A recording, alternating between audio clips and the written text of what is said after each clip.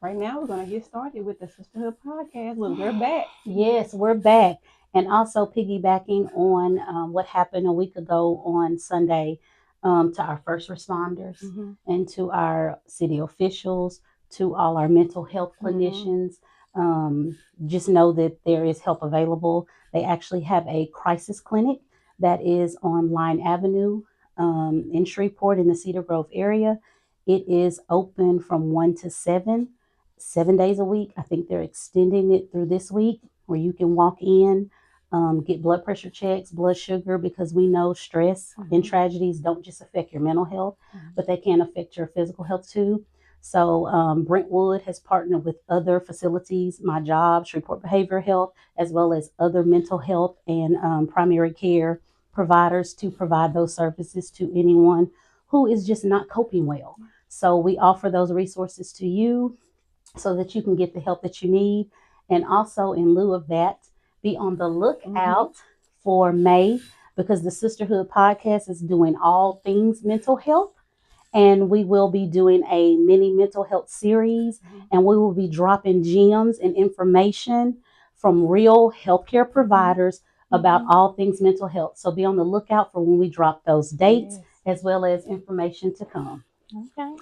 Look, So, I love it. Today's episode is truly special and near and dear to our heart.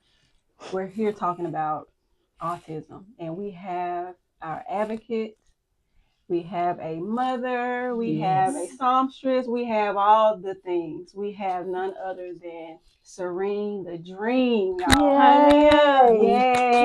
Welcome, sis. Welcome. I am honored back and forth to be here. I am honored. Thank you for thinking of me to do this. And it's very special for me because it's like I say it, I say I have a son that has autism, but this is like my first time like getting deep and open about it. So I appreciate y'all for thinking of me. I love that. And I hope that this helps the new moms out there. It is. Right. When I think about you talking about, being an advocate for it, it pulls at my heartstrings because I've already, I have the foundation. We raise awareness for congenital heart disease. And so you lit the fire under my foot. Yes. And I feel like it's important to be around other women, that's doing those things. So I feel like with you now doing it, I feel like you have women, you have sisters that's here to help you walk through it, and you can do it. I'm proud of you. Thank you. I really feel like I can. Y'all make me feel like I can. So I really appreciate it. You're welcome. Because it takes courage. It takes courage. It does. Because one thing about, I think when we're sharing our story, sometimes we can be embarrassed, or we can be nervous about it.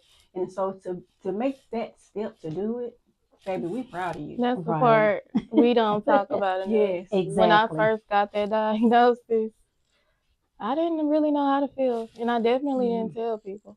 Because some people don't know how you feel, or you just share how you feel about it. You're like, I don't even know if you gonna really understand where I'm coming from.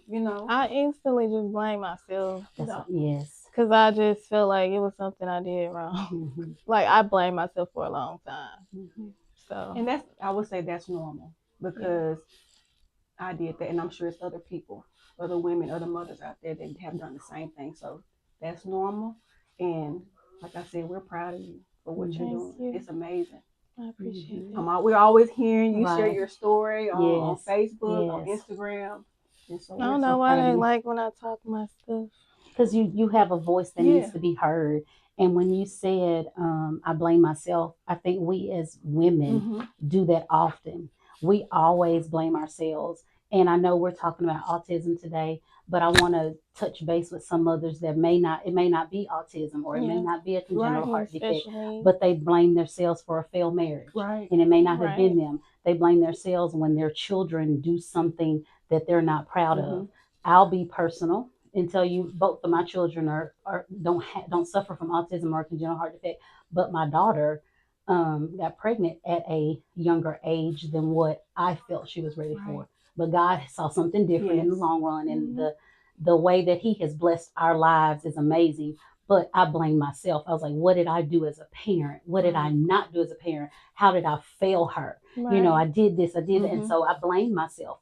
And I think we as women oftentimes blame ourselves sometimes, but we do everything that we're supposed to do. And sometimes life just has a way of not going the way that we think, because again, and I think back, it's not about what Karla felt should have happened. It was God's will, God's way, His timing. Exactly. And so I look at you and I want to tell you, He chose you on purpose, with a purpose, because He knew you could handle it. He chose you on purpose, with a purpose, because He knew both of you could handle it.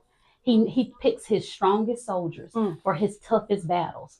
So yes, you have a child with autism, but He chose you because He knew you could do right by your son. Exactly. So instead of us as women blaming ourselves, like we always say, why not us? That's right. He chose me because He knew I can understand and fulfill the assignment.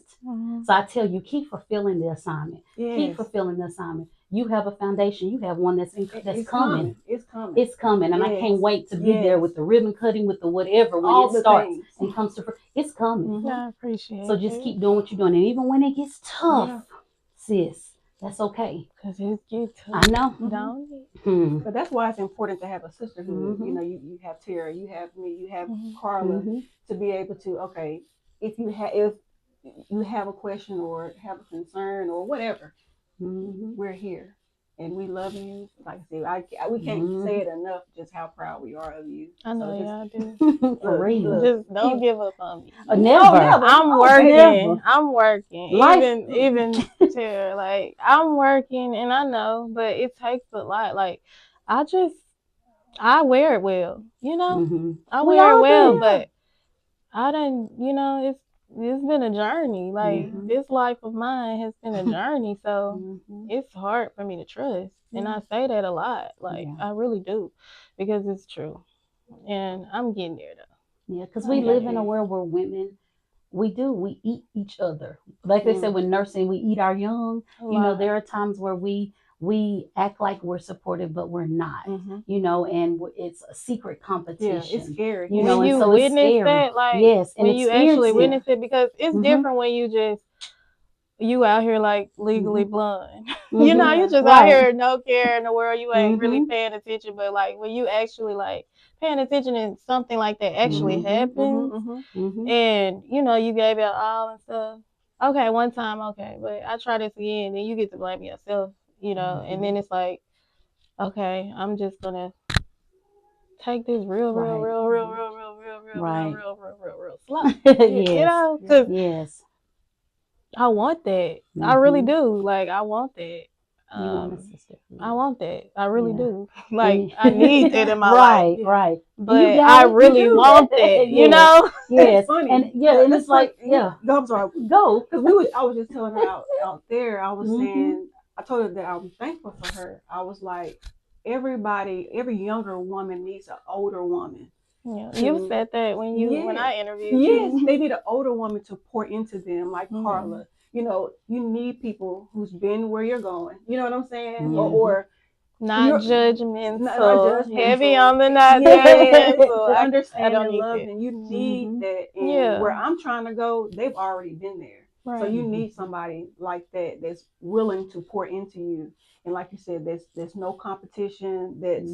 It's genuine love and support, and so I believe that's what God is doing during this season and this time. He is giving us a sisterhood that He's rearing us up, you know, and for the things that He's getting ready to do. I hate that it ever was a thing, because all we ever had to do was work together. Right. But somehow along the way, they made us feel like, you know, we had to compete with one another. But it never had to be that. Like, we were supposed to, you know, hold hands and do this together. Right. Because it's room for everybody. We be talking about that all the time. Yeah. All the time. Yeah. Like, why? You right. Because we talk about, they're like, either with the other podcasts, everybody's audience isn't our audience. Right, Everybody's audience right, isn't your audience. right. However, there may be something that they can get from you and get from us. So there's overlap, and there's room for all of us to grow. Exactly. And that's all we want to push. And with you, not only are you're a mother with a son with autism, you're navigating life, your singing career, all the things. Like, tell us a little bit about you other than I'm a mother with a son with autism. Tell us a little about you. What you like? Serene The Dream. Yeah. How did? Well, you can look at me. I think if you look at me now, you could automatically be like, she loves art. She is art. That's I me. like that. That's who I am. I like that. Hashtag we that. all are. She is art. We all are. A work of, and I'm just an all-around artist. I just love art. I love creation. I just love all that. So outside of being a mother, that's who I am. I'm just a creative, a woman, a sister, can't say mother, it's hard, but a sister, a daughter, I'm all those things, but most importantly, I'm an artist. I love creation. I love God. He created it. I just love everything. Now that I the perspective of life has changed, I'm her.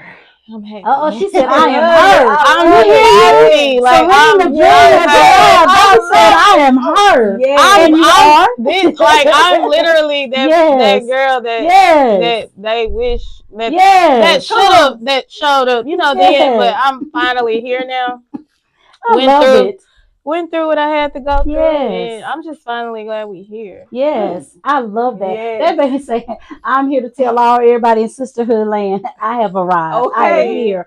She is. You hear? I am the work of art. And y'all know it, and that's why we're here. Oh my God! Listen. I know. You hear you? We all here and there and back. But that's okay. We unfiltered, and this is unfiltered conversation for evolving. Right. And guess what? We still love God. Right. Exactly. Guess what? He made this. Oh, exactly. And this. Behind the scenes. So what? Yes. So I know, right?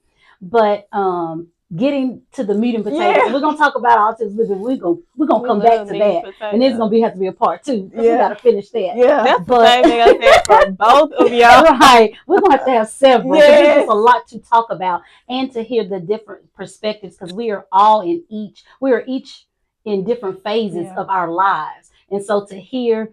I feel like I'm the old Amy of the group, which is I'm okay with that role. We need to hear their wisdom. You are and then needed. This one who has wisdom even in her young age, and then you with your insight and the way that you influence me to be authentic and walk in who I am, not try to dress like this person or that person, but to come into myself and wear what's comfortable for me and be who I am and be okay with that. You've inspired me because you're very real and you're very raw. And I don't mean that in a bad way. You are comfortable in the skin that you're in. And that's inspiring. It is. So here I am over here comfortable in the skin I am. And you have, maybe you hadn't always, but you just radiate, I'm me, and you either like me, love me, or don't. I ain't everybody cup of tea. It feels great. It feels great. It feels great. I'm telling you, I advise anybody to do it. So we are not we all have so much to share with. We can learn from each other. But when you, what did you notice, though, first in your son that kind of said, okay, he may be a little bit different from the other kids? Most definitely. The first sign for him was the going backwards. At first he was babbling, he was doing all kind of things, and he just started going backwards. And then he would flap a lot. He doesn't do it anymore, but I was just because I had always been around kids. Growing up, I just loved other people's kids till I had my own. But I just love keeping other people's kids and stuff like that. So I had been around different kids to know what was considered normal versus what wasn't. And he was just doing things, walking on his tiptoes, things like that, no eye contact, that I wasn't used to seeing.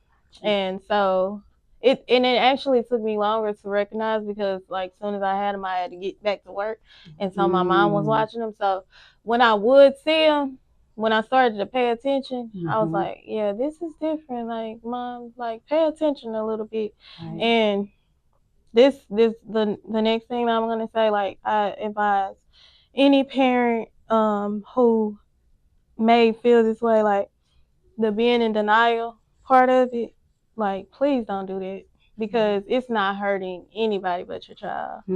Like to be in denial. It's okay to ask questions if you feel like something different. Like I had brought it to, you know, the people around me, and they kind of like brushed. They was like, no, you know, it's just regular, you know. But I knew it was something. I knew it was something, and so I just advise as a mother, when you know, and make the move that's necessary. If it's not, it's not. That's cool. But it's always better to be safe than sorry. Right. But yeah, definitely the backsliding with the milestones and yeah. He started eating because I remember he ate chicken nuggets at Sarah's house once, and he stopped eating. Like he wouldn't eat them anymore. Like he just stopped doing certain things that he used to do. Okay. It was after a certain thing happened, but I don't really want to get into that. That's fine. You know what I'm saying? That's fine. So yeah, but those were the signs. My question: how old was he when you noticed that? He was like 1, and at the time.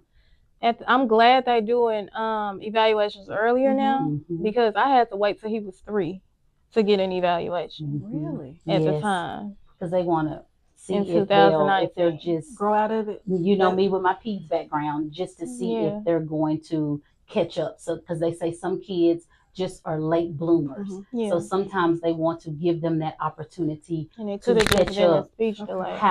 However, now pediatric recommendations and research is showed early intervention and diagnosing a little bit earlier now. So they start doing it. When I was working in peds, we would start at 2 with screening, and then we will wait till they were 3 to give them the formal diagnosis. Now they start asking questions about autism at 6 months. Yep. And I wish I had that because that's about the time that I saw. You know, you can tell early, you know, if you're paying attention to your child. You can tell early, but they made me wait till 3. So did you have to go to a special place, or was it just his pediatrician that? Well, I went to my concerns with the pediatrician first because they usually require you to get a referral from the pediatrician first. And then you go from there. You just gotta choose then, like see if you know, put him somewhere. I started him in ABA, full ABA. It was the first place that I took him to. They did ABA and physical and OT. They did it all in one building. So, but it started feeling like it was just daycare. I'm not even gonna lie to you. So I had to shop around, you know, before I found the right one. Right. And if you have to be an advocate, right? Because who else is gonna do it? Right. And you no matter what they telling you, you have to do what's best for your child. And speak up. Yes. Literally speak up. You're gonna do what you paid to do. That's right. And you're not gonna just brush my child off. Yeah. Right. So how old is he now? 7. Wow. Now, where is he in school at? Is he at a school that caters to that? We are. That's the part I'm battling with now. Like I'm so scared to put him in school. So we're in the process of that now. And but yeah, you have to get the IEP first. You know, that's what is tricky for me. And I literally just found out that it's an IEP and it's an IAP as well. And it's the difference between the two. One is like I want to say strictly what they want to call like special needs, and the IAP is just like accommodations, like where they're actually in the classroom with the other kids, but they just get like special accommodations, like no time test, you know, things like that. But the IEP, you know, they'll put them in a class with, you know, special needs kids, like all together. And that's really what I'm not messing with. I don't agree with that at all because every child is different. Right. So that's another thing that I'm dealing with. He has to be put in a school that specializes in autism, not just putting all the kids in one special ed class and just saying y'all all finna learn the same thing. Because each child has different types of accommodations. You have children in there that have cerebral palsy, they're in a wheelchair. Right. Your child may be more developed than that child, so why teach them the same curriculum? I know when I was back in P's, it's been a minute, so I know it has changed. Shreve Island was a school that had special needs, that classes where they would allow them to be in regular classes. That's my top and school. then like the areas where they may have struggled, then they pulled them to those classes with the smaller settings. So say, for instance, they excelled in reading. Well, they could mainstream with the regular kids, so they get some sort of, socialization, and then they would pull them if they were struggling in math, and they would have the math class, and that would be the class where it may be a smaller class. So I do know back then they were big, and they had teachers that had specialized training to work with children with autism. I don't know if that's still the case. Not just anyone. I need people who understand, right, and they know what stimming is, and not saying he's acting out, right? Somebody who understands, right? Like Joy, right. And also, if I'm not mistaken, I don't know, but I remember seeing it on Facebook. University had where they could accommodate, but they have a room that's, I can't remember what the name of the room is, and I don't want to say it wrong, but sensory room. And so kids with autism, sometimes they need a place to just break, have some calm down. Lights are low, less stimuli. That's the word I was looking for. And so they have a room set up at university where those kids can go when they're overstimulated. Because when they get overstimulated, that's when they tend to act out. But it's not behavior. It's because they can't express themselves. So the only way I know is if sometimes I do things I'm not supposed to do, but they allow them to go to that room so that it doesn't escalate to that. So that may be something that you can look into too, to see, because you want to place him somewhere where he's going to get what he needs. Well, I can advocate there. I can advocate there with at Oak Park, at Bethune-Oak Park, and the head of our school is Mr. DeQuinton Harrison. That's my principal. We do have separated classes where they have autism. I work in mild moderate, but I work in mild moderate where we have minor behaviors.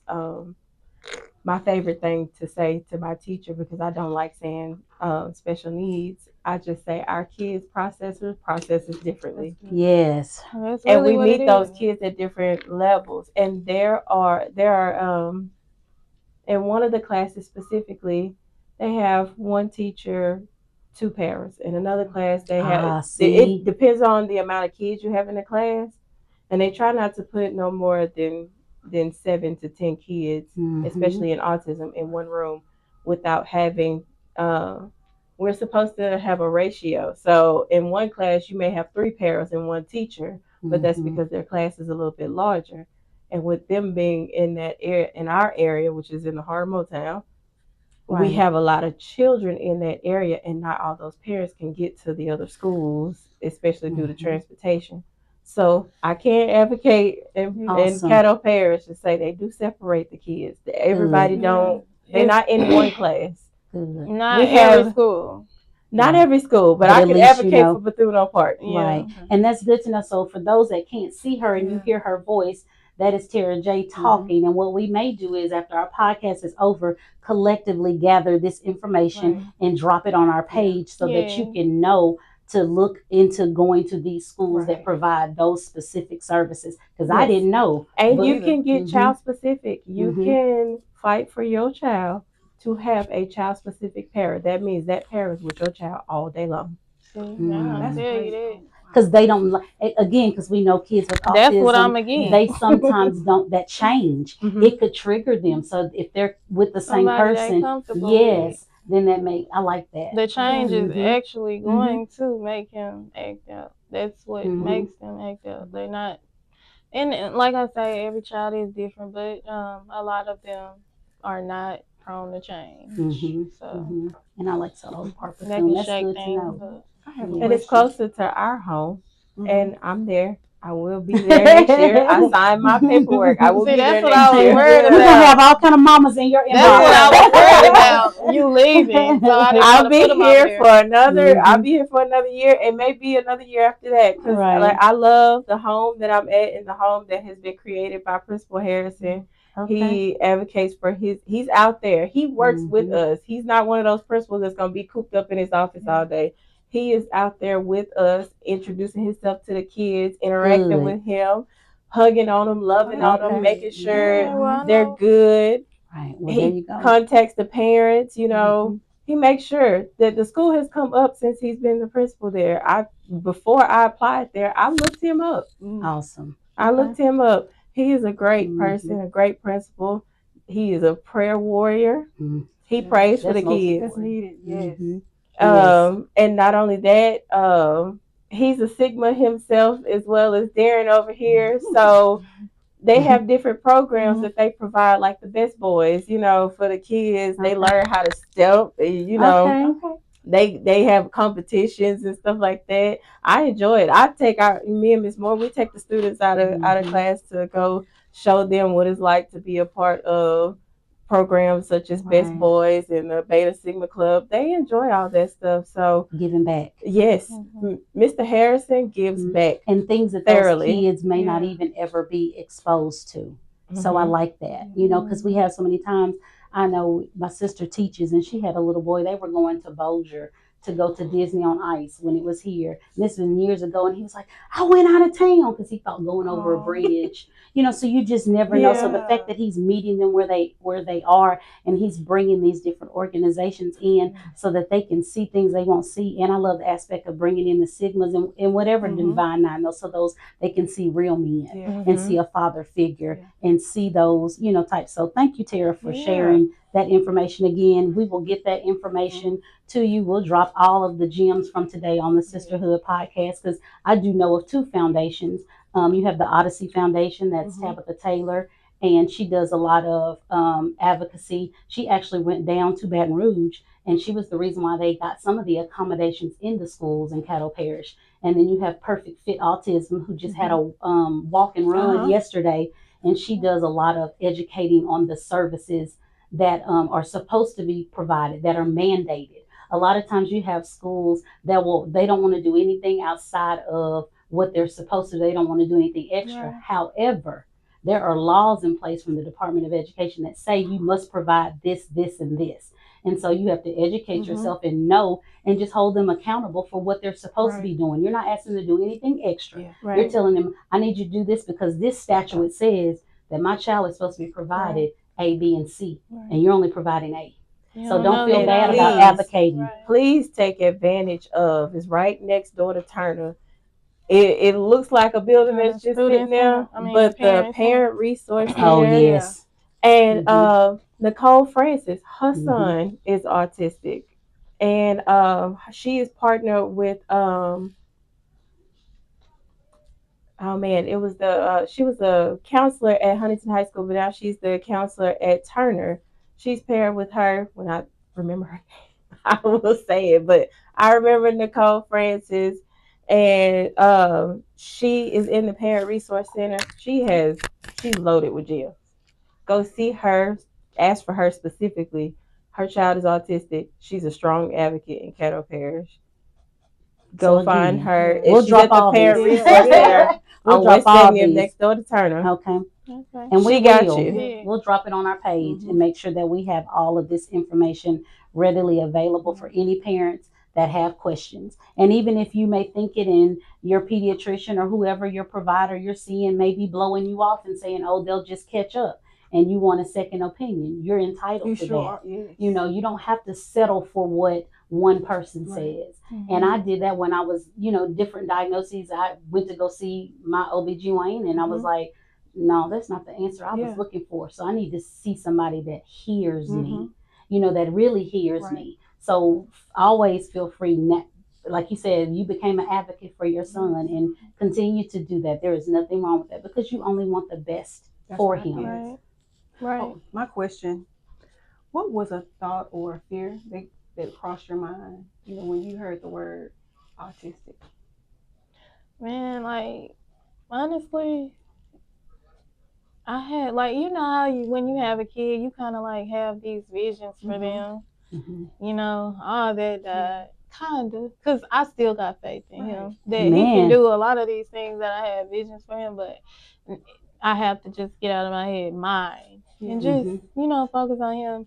So just the fear was just him not being able to just navigate in this world, not be able to navigate, alone, continually having to have assistance, not being able to just be a man, and just be a person that's not being judged or limited. Yeah, that's the fear I have, because I'm good. Like when I got the diagnosis, it didn't change me or my love for him. It just made me more scared for him, honestly. Because it's not even him. And kids are mean.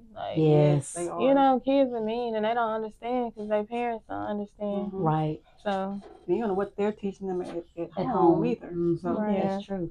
Well, that's a little thing I love about, and I'm gonna keep raving about Bethune Park, because we have a lot of kids, and I have one specifically. He has Downs. Everybody sees him around the school. They're like, "What's up, John? Give me a high five, John. Hey, John." Like they are so sweet. Inclusive. Your school is inclusive. Yeah. They are so hear sweet. About that. Inclusive, not exclusive. I don't want you to put them all on. Exclude them. Put everybody. Like I remember when I was in elementary school, and they were like, "Oh, don't go on that hall. That's the hall with the special ed kids."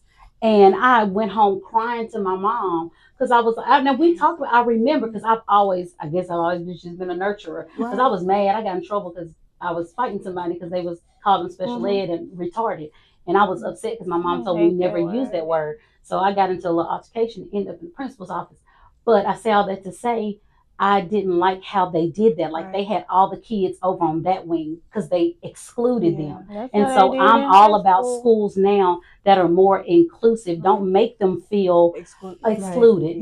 Don't. That sets them up to be bullied. Right. Our kids are spread around the campus. Yes, and that's good. Inclusion is what we're looking for, not exclusion. And I say, when you said your first fear was him not being able to do and reach the goals and aspirations you had for him, my sister just shared with me, and she shared on her phone. I wish I could pull it up. There was a young man who just got drafted to the NFL, and he has autism. Yeah. So that right there lets you know he can do whatever he wants to do. Whatever God has in place for him, his purpose is his purpose. Yeah. That little boy has autism, but he navigated, and his mom advocated for him, and he got drafted to the NFL. Can't tell me what God can't and won't do. Yes. So whatever God has for him is for him. Yes, ma'am. So you continue. Stay encouraged, because I think that you always have those different thoughts that come to your mind. Like, okay, I hope my baby is okay. I hope they, just have a full, long life. I know that's how I feel about Janiyah. But that's about that. It made me want to take care of myself and my health and all that, because I gotta be here as long as I can. But I will say, so that's what I was just. Oh, I'm sorry. I was just about to ask you, how did his diagnosis change your life? And so you just said it changed the way that you take care of herself. Yeah, they don't talk about how scary it is for your first child to have just be a little different, have a need.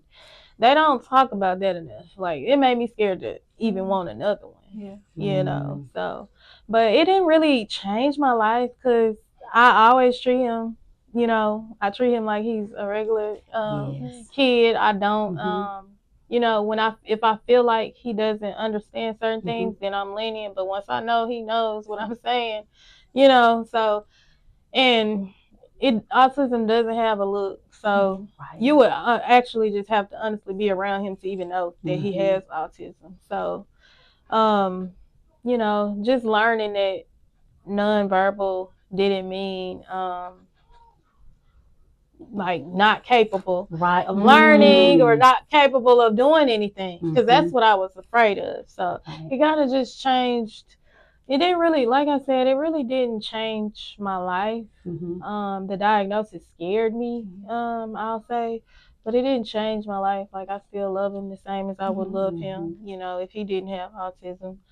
I feel like we still have the same bond that we would have had if he didn't have autism. But, it did scare me. And you just take care of you now, so you don't know that you need to be here for him. It scared me into taking care of myself, because it's like I gotta be here for him. Because it might be people here, but I don't just have a lot of people that's gonna actually love him like I do. Ain't nobody take it, and that's what I was gonna say. Ain't nobody love your baby like you love your baby. No. At all. So I'm gonna be here, but I'm also make sure that he can do what he can do on his own. Right. Like, so I was gonna ask you too, because people don't understand either that there are different levels to autism. You have some that are nonverbal, but then I work with a family practice physician, but he's higher function, but he has no social skills. But and so we'll sit in meetings and he's like, is it appropriate for me to say something? And I'll say, not yet. But he knows. But he is a board certified family medicine physician, and he has that diagnosis. So there are different, categories or levels to it. As far as your son, he is nonverbal though. I honestly, throughout the years, he's 7 now. I personally, I don't care about levels. It's just if he's autistic, he's autistic. I'm not gonna compare him to a level 2 or a level whatever all that is. It don't really matter to me. He is who he is. So I don't really take that, and I just want him to be able to do what he wants to do and be able to express himself and be able to communicate. Like when he's hurting or stuff like that. Like that's the hardest part about it. The hardest part about him being nonverbal is me having to guess, like, what's wrong with him? Because I want to know, like, immediately what's wrong with him. And sometimes nothing is wrong with him. And I know that probably don't make sense, but, like, a lot of times nothing is wrong with him. He just, like, that's how he's regulating. Gotcha. And I have eventually just got tired of like having to explain myself. So I know a lot of special needs, not even just autism mothers, but a lot of mothers will understand what I mean when I say like you kind of like isolate yourself, because a lot of people just do not understand, and you just get tired of apologizing for your kid just being who they are. Right.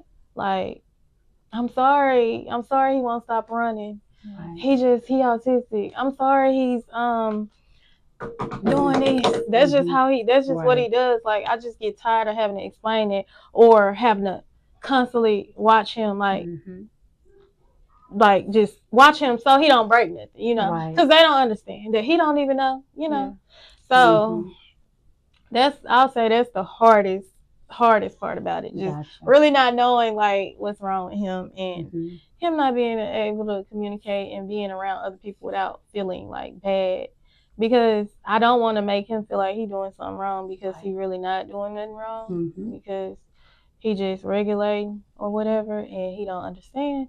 But at the same time, people don't understand it, and so I find myself apologizing constantly, like, or even like being mean to him, like, and I don't like doing it, but you can't run like you do at the house when you over here.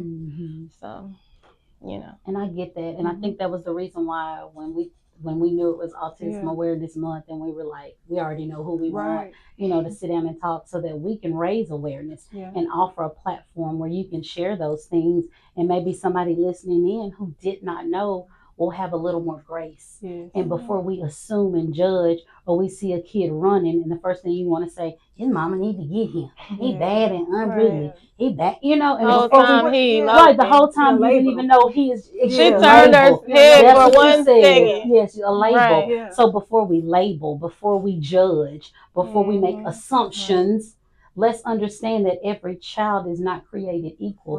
And my sister teaches at 81st Street, and they teach some kids, and they don't call it special needs either. They say our babies with superpowers. I like that. And so they tell them everybody has their own sets of superpowers, and they even have classrooms set up, and it looks like superheroes. They wear their little capes and different things. So look at him. He doesn't have special needs. He has superpowers. That's right. And his powers are different from anybody else because he is unique. and he is, you know, and piggybacking off That's that. true. Yeah, Cato changed it That's too. what So done now taught me it's no some longer the Miss Eddie Jones Center downtown on Murphy Street. They don't call it the SPED Center anymore. Good. They call it the Department of Exceptional Children. I like that. I like the that. Department of I like that. Exceptional I Children. love that. He's exceptional. He He's sure unique. is. He's set He apart, is. and sure he's is. chosen. He sure is.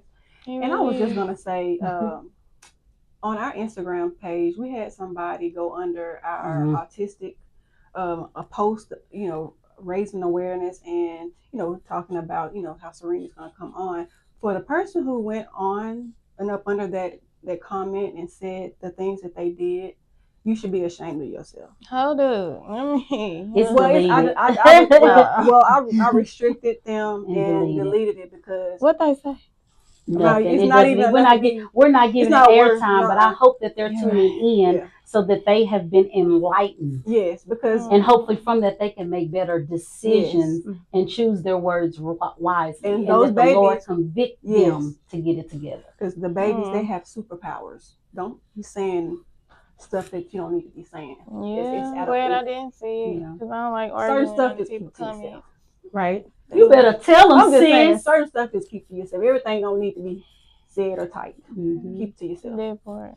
And we know that with promotion comes hate. It do. And when you elevate, there comes hate. But we know the God that we serve. And so I pray that that person's heart is convicted and their heart is softened and that they're given the opportunity to make right their wrong. Because we don't go, when they go low, we're not going low, we're going high. Oh, yeah. So we say, we hope that you're tuned in. Yes. And we hope that you're aware and we hope that you've shared something that can enlighten you and awaken you and broaden your knowledge so that you see the ability and see that it's just a baby with his superpowers. He got superpowers, baby. He really do. Like, I don't know how he able to do all the stuff he do and don't talk. He can do so much and learn so much, communicate, all that. Yes, and you know how saying they say God, they say when like God takes one sense away from you, he heightens another one. Like you lose your sense of sight, your smell, or your hearing. Whatever he's lacking, God accommodates him with something else. Most definitely. I want to say his motor skills are advanced. Yes. Yeah, because he fast. There you go. Track star. We talking about NFL, Olympic runner. He like to play ball. He like to play basketball. There we go. I'm a firm believer on that football because, the way he can zoom across the yard and then spin and be back over here, he can run a ball. There we go. Well, we're gonna tap into that talent. Yeah. I've been looking for different things, that I can put him in, like soccer and stuff like that. And you know what? The YMCA. They do. They have a league, and I even know which he's a boy, but they do have some. The owner of Legacy Dance Studio, her son Isaiah, he cheers, and he's a bass. He cheers with the Rebels, and they have a superpower team because I ain't gonna say special needs. They have a superpower team of boys and girls, and it's amazing though how some of those kids learn. They really learn those routines, and then some of them just do what they want to do. But there are more programs that are starting to come out that are allowing babies with superpowers to be involved in certain sports. So but he did. It was the Rebels cheerleading, and they have, or the Titans. Don't quote me. I think it was Rebels, but they went to competition in Florida and competed and won. So it's just amazing to don't see the ability. Right. Right. The things they can do. Right. The things they don't do. So if you had to tell, they don't do. Right. In my eyes, there's nothing that they don't do. There's always every child is teachable. That's true. That's true. You gotta find where they at. Meet them where they are. My boy, he do sign language and he teaching his little sister. That is awesome. Lord, they bonded so. I love it. I saw that video that you posted on Facebook. It was so bossy. She thinks she is big sister, but it's so funny. I love them. She sound like she just randomly makes him give her a hug or a kiss. Like I never knew he needed her, man. Wow. It's and y'all needed crazy. She gonna be here for him, and I love it. Like Yeah. And it's Don't so mess funny. with her bubble. She gets on the phone. She sees my picture on her mama phone. She'll call me, and all you hear is her throw the phone down, Colin, and trying to get him to say hey too. It is so funny. Hello. No, her main thing is making him hug her when he is like doing his own thing. Mm-hmm. So I feel like that's helped him a lot, like interacting with other kids and stuff like that. Yes, because when I saw that of him hugging her, I told you that I was like, that was huge, because working with kids with superpowers, they feel socially awkward with that hugging. So to see him embracing her, again, there is nothing that he can't do. They was doing it for a minute. I just be in awe, and then I pull the camera out. But it be so many moments that I don't record. They just, I love it. That's awesome. God knew. Yeah, most definitely. And that time we was outside, and he was pushing her on the thing. I love it. She got on the merry-go-round.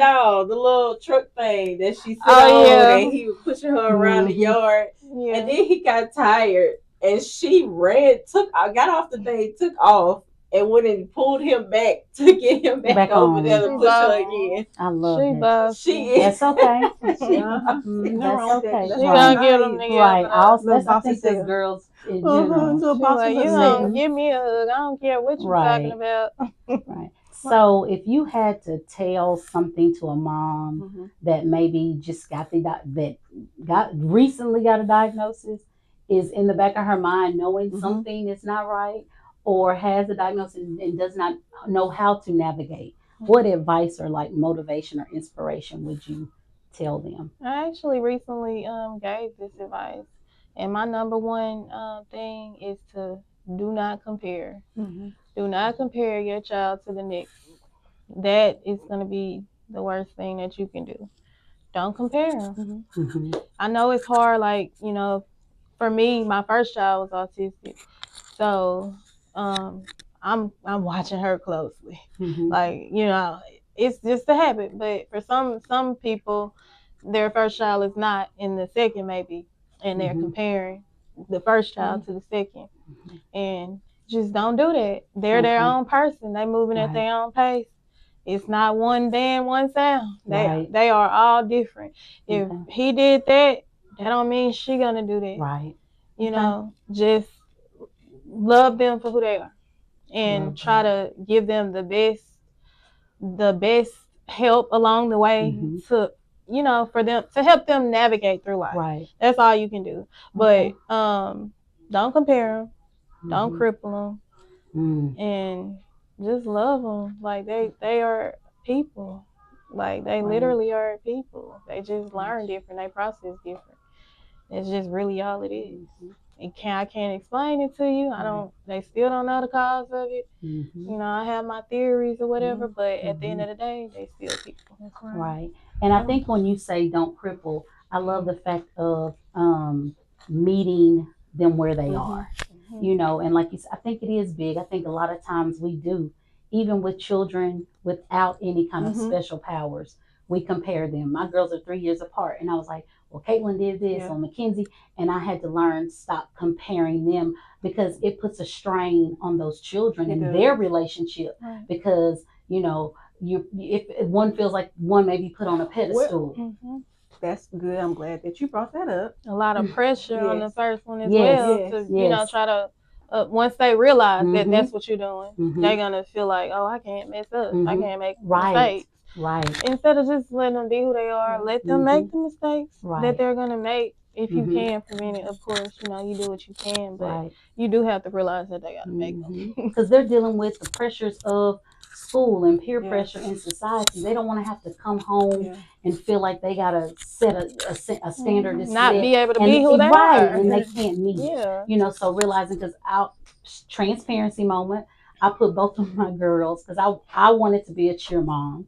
They didn't want to be cheerleaders. So I said, well, the next best thing, I'll be a dance mom. Put both of them in dance. Caitlin's the older one. She was in dance for a little while. Mackenzie was younger. So Miss Terry calls me and she said, I'm going to refund you your money. I can no longer take it. She said, Caitlin is uninterested in dance, and I'm not going to force her. So she said, but Caitlin said she wanted to finish it out. But on the recital day, she stood there and she did all the choreography, y'all. But it was so dry. You could tell there was no emotion. She was doing it because my mama paid for me to go to dance. Right. She want me on this stage. I'm going to make her happy. But there was no emotion. She was just like this, making those moves. Mackenzie out there just... And so I said, well, Caitlin, what do you want to do? She said, and I asked her, instead of putting her in what I felt she needed to be in, put her in soccer, play soccer. So I say all that to say, allow your kids to go the path that, even if that's not the path you may not want them to go. You know, because I wanted to be a cheer mom. I wanted to be a dance mom. I wanted the cute shirts and the cute cups and to go on the trips. Go to conventions. Right. But I had to learn they are two different individuals. And I need to let them make their own path. And so I say all that to say, you keep saying about don't compare and just let them be who they are. So I think that goes not just with the child with special powers, but that goes with children across the board. Let your children be who they are. I also say this because I was raised up, always knew my mom was like, you go to college, you get a job, that's the path that you take. Every kid is not college material. And that's a whole nother podcast. That every kid is not college. But I know people that may not have a degree that are successful. It's what you have a passion for. And it's God's will. It ain't Karla's will that I want my daughter to do this and go in the path and be in medicine like me. They could care less about medicine. And I'm okay with that. So I say all that to say, not just when we're talking about kids with special power, but just kids in general. Parents, sit back and relax and let your children find let God allow you to find what path they should go down, and not try to make them be something they're not, because that pressure, our kids are suffering. And the rate of suicide in teens, even adolescents, I'm talking middle school kids. They had a kid at Caddo Middle Magnet maybe a month ago committed suicide. That is real, but it's those pressures of trying to please our parents and be something that we're really not. So I just encourage, I love how you're already doing it. Let these babies just be babies and do what they do. I'm going to piggyback off what you said. I'm glad that you said that, because in dealing with one child that, like Janai, with having the heart condition, and then Journey not having one, you will compare. Like, for instance, when we first found out the diagnosis, I'm like, what did I do different? Did I do something different? Did I not eat right? Did I do too much work? So you do compare. You don't actually mean to. You just end up comparing. You know what I'm saying? And I think also, when your child like has to go to different doctor's appointments and the other one is coming along, they start to begin to feel a type of way, because they're like, okay, why are they getting attention? Because they don't understand. They don't 100% know, and they don't understand why is she having to go. So we have to be, like you said, you have to be mindful of the comparison. You have to be mindful of, encouraging our children and walking them through and explain to them, okay, this is exactly why. And that's what I've been having to do with my oldest, because she's had a hard time with just the attention, the attention. And so my goal has been to, and our goal has been to just spend more time, try to walk through and explain more things. And then both of them love dance, you know what I'm saying? Yes, and so like, I don't push them in it. I just, like you said, I want to see what you're gonna do, you know. And I started seeing, like, if Journey dancing, just not up there dancing too. So I was like, well, I guess she like dance too. So I just put her in it. But let's be cautious on, like you said, the comparison. No kid is the same, and just show them all the same love. Each child love. That's all they need. And not try to mold them into what we feel like they should be or do or accomplish. You know? And like, I tried the college thing, which I wouldn't even with the college. But I feel like I had so many trades, you know what I'm saying? Yes. But I feel like parents should, like you said, tell them you don't have to go to college. If you want to pick up a trade, they pushed that down our throat. They did. My mom, you going to college. God, you don't yes, ma'am. They made you feel like you were nothing if you didn't go. If you didn't go to college. Plenty of successful people When I say plenty, even trade schools, engineering, carpentry, electrician, you building houses all day long. Those are trades. There's somebody doing that. When I was subbing, city, all of that. When I was subbing, I had seniors, and they made me so proud when some of them was like, when all of them wasn't so gun ho going to college, and they was like, I'm going to trade school, I'm doing this, and they knew exactly what they wanted to do, and they knew that they could still succeed and be successful and not going to college, because they literally pushed that down our throat to the point where I redirected my life. Like I immediately went to cosmetology out of high school, right? But everybody around me was going to college, so I felt like I should go to college instead of staying in cosmetology. I went to college and then dropped out. Because school wasn't for me. It's not for everybody. I'm sorry I interrupted you. You're good. You're good. But no, I was just going to say, like, I feel like we wasted so much money. It's a scam. Okay, I'm done. Student loans and all that kind of stuff. I agree with you. It's the biggest. Because you can do a trade and it won't be. And then it's not even a guarantee that you're going to. Exactly. But I knew my calling. Like ever since I was a little girl, I was the one, if somebody fell down, I was going in the house and getting peroxide and a Band-Aid. Like seriously, if there was a dog injured, I'm carrying a hit dog home. Thought I was going to be a veterinarian at first until I realized I couldn't just heal dogs. I have to, through veterinary school, you got to go through all the animals. And when I did the little intern thing, I was like, so I have to touch a snake and I have to do, I don't know, veterinary you thought it was just going to be dogs. Right, I thought it was just going to be dogs and cats and rabbits. I was cool with that, but I was always a nurturer, so I knew. So then when I did AHEC, I was like nursing, and I could do this and I could do that. And my goal was to be a midwife and deliver babies and do home births. You told me that. And do home births. And I was moving to California, and I was going to deliver babies for celebrities and everybody else at home, natural. Well, life, and I got married and had kids. Hence, God still knew my purpose and my plan. But I say all that say, I knew that was what I was going to do because I was that since I was a little girl. So I know that's always been my purpose, was something where I could nurture and heal. Because I was always the one fixing everybody up that was broken, you know. But again, that's not everybody's story. And I'm not going to try to make that be my children's story. Oh, you got to follow in the footsteps of your mama. No, you don't. You make your own path. You take your own journey. My mama was a baller, so I thought I was going to be in the WNBA until I did my first talent show. And everybody was hyping me up. So I'm like, y'all can't be lying. I guess I sound good. So I just kept doing it, writing songs in school. And when my classmates started singing my music in 7th grade, wow. Ever since then, I said, hey, this is what I'm supposed to do. And not only that, you know, I grew up in church, you know. Okay, so you know how small churches, like, they have this family, they think they run the church, and we're not going to get too much into that. So I was in a situation like that. And so imagine somebody, like, hating you because you sing. Imagine them catching the Holy Ghost when you sing. Wow. Can't even help it. Right. So, yeah. So, yeah, once you know, I knew that I was here. He didn't give me this voice for no reason. I have a story. I have anointing, whether it's R&B or gospel, it's all healing because I talk about love. We love. That's who we are. We're humans. Talk about heartbreak, all that stuff, and it heals people. It heals people. So once I realized that my purpose was to heal through my voice, that's what I've been doing ever since. And that's what sets you apart because you said my music heals. We've gotten away from music that heals. We've gotten away from music that ministers.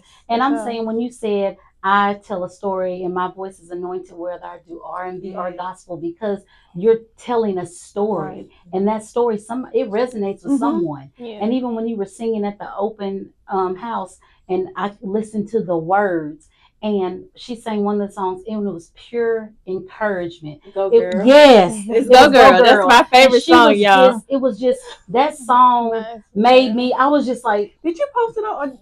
Somebody posted. I didn't post my audio. Yeah, but I'm telling you, the song is it's motivational. It's what we need. So I say all that to say, just be patient. It's coming because your your voice needs to be heard. And I think it's going to have the power to change the way we look at music and get back to that feel good music that makes you really feel good and encourages and motivates you and inspires you. And we all know them songs that we listen to help us get through those tough parts of life. And yes, I love the Lord, and I have my gospel songs that give me my strength, but I also have a few in my little R&B and my R&B playlist that give me that what I need when I'm going through something. It tells a story that makes me feel good, like, you know what, somebody else went through this just like me. They all right, and I'm gonna be all right. That's right. You know, and so it helps people get through it, like literally, like they needed to hear what you had to say. You got through it. They see you got through it. But most importantly, they needed to hear what you had to say.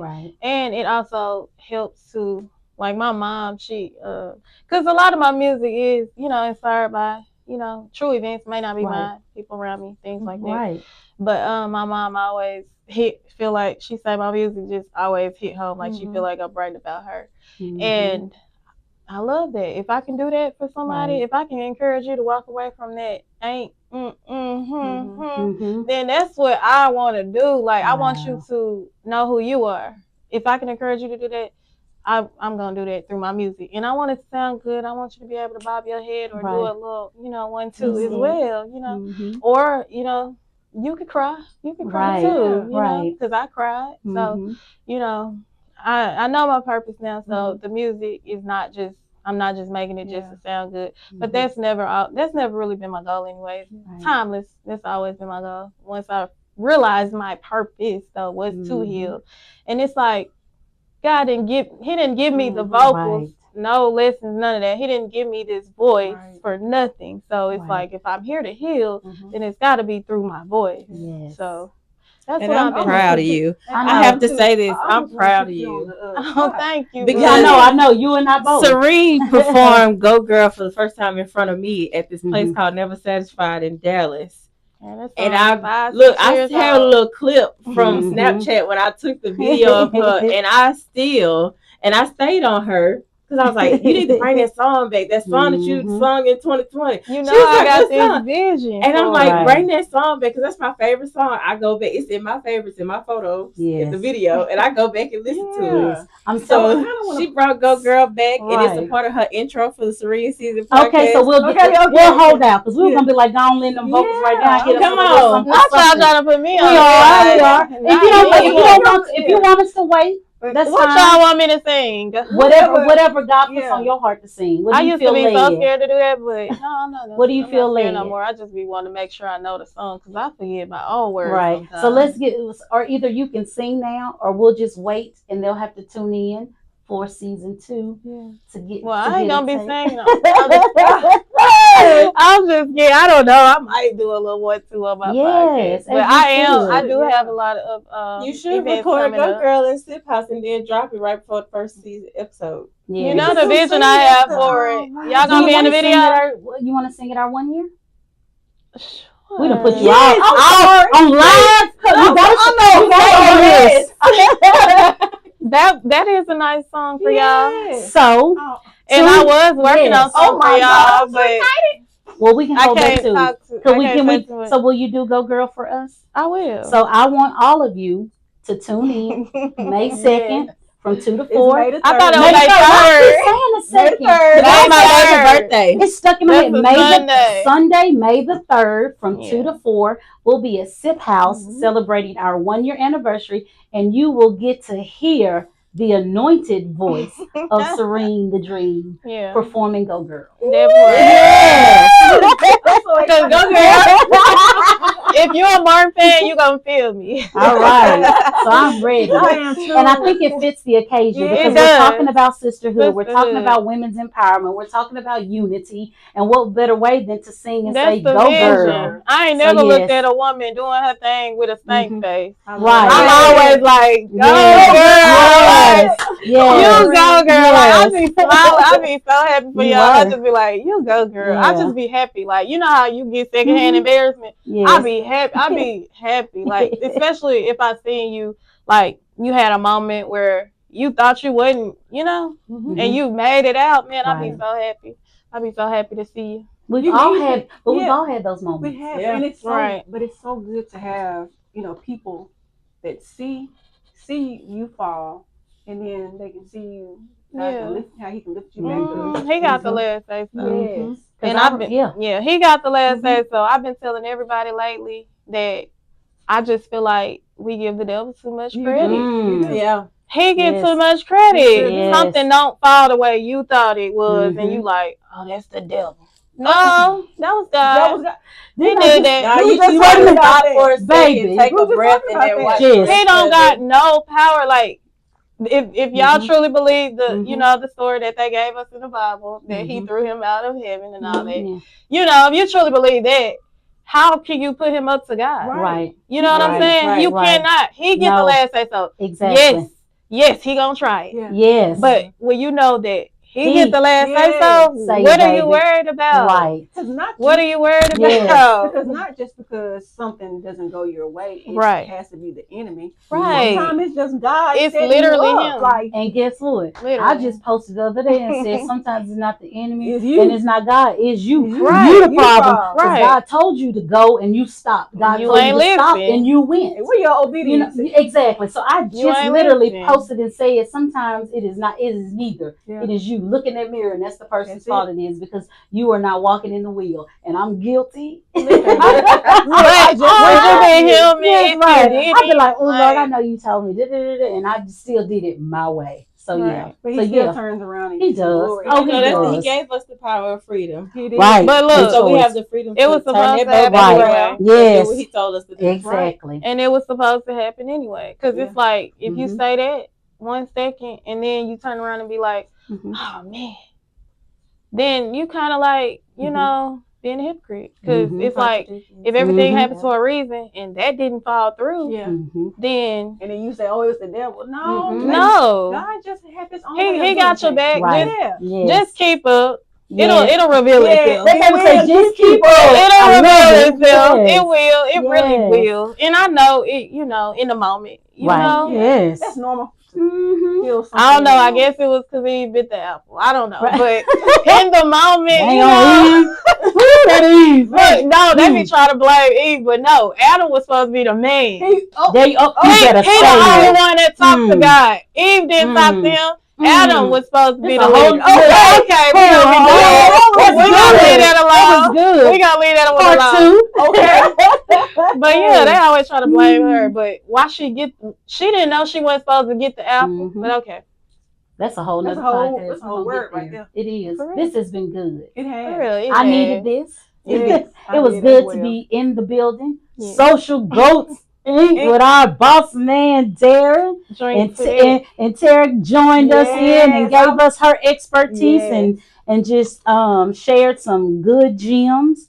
And I'm gonna get you to type all that up for me, sister girl, so we can post it on our page and all that good stuff. And it was always a pleasure to have you on. You are the sisterhood. You are. You are one. You are one of us now. Yes. You can't get rid of us if you wanted to. You stuck with us, honey. Oh man, I'm just kidding. I love to be a part of this circle. It feels warm. It's like they got Wi-Fi over there. They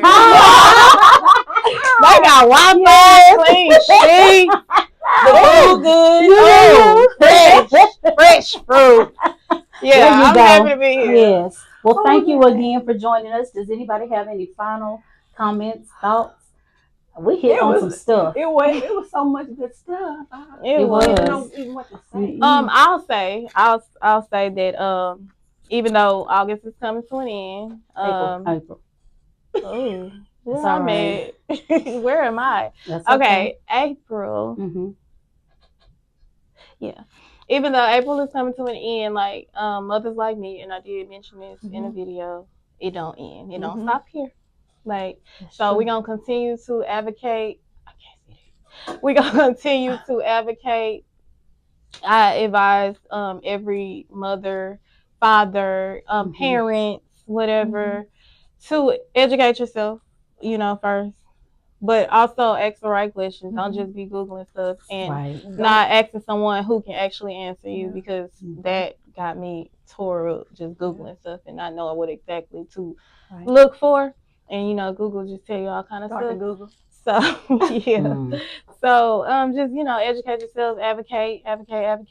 Let them be them. Let them learn in their own way and understand that they learn in their own way. They're not going to learn like the next kid, you know. because that was the main thing, just comparing them to, you know, the other kids around or the other kids that I had previously had or been around.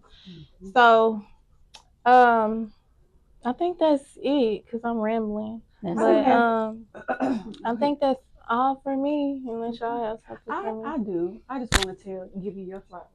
I want to tell you thank you for being on our show. Thank you for being a part of the Sisterhood circle, and thank you for sharing your story. I appreciate it. Thank you so much, because people need to hear your story, and so don't be afraid of your story. You keep on telling them. You keep on advocating. You keep on being Serene the Dream. Thank you, girl. Yes. It's crazy because like a few years ago, I was trying to do content with my homeboy Dre, and I kept trying to move my baby out the video. I kept trying to hide him and stuff, and he was just like, he is a part of your life. Like, he is a part of your content. He is a part of your life. So it's like, just let him be in it. Like, so I really see it now. Like, I literally was like trying to hide my baby out my videos, and that's my life now. So I can't hide him. Like, if I'm gonna show me, I have to show him. So yes, I love. I'm glad we're here now, though. I love your transparency. Yes. I love your passion, and I can't wait to see what's in store for you as far as your music venture, and even as you navigate the being an advocate for other mothers. So I'm excited to see that. I guess my only resting thoughts, comments would just be, just let your children be them. Like you said, don't compare them, don't have them competing or being something that they're not. And mothers, give yourself grace. We don't always have to have it together. We don't always have to we're not going to always have the right answers. You know, there's no book that says parenting 101. Some things you just have to figure it out through trial and error. But my thing is, if you don't go through any tests or any trials, then there's no message for anybody else. So you go through things so that then you can share your story like you have. You've gone through something, the diagnosis of your son, but now you're sharing your story, and your story may be helping a mom who is just feeling defeated. And she heard you, and now she's like, I have hope. So she can hold on to your strength to get her through. So I just say, just keep being the light that you are, because you are definitely a light. Don't give up. Keep shining bright. And we're going to be looking forward to May 3rd. Not the Saturday, May 3rd from 2 to 4 at Sip House. Also, y'all go and like this podcast. Share it with somebody. Put some comments in. Drop a review of the Sisterhood Podcast. Let us know what you want us to bring you for season 2. All those things. And listen, let me tell every person who has been rocking with us from day one, thank you for your love and support. Thank you so much. We would not be who we are without each and every one of y'all. Yes. So with that being said, we out. Peace.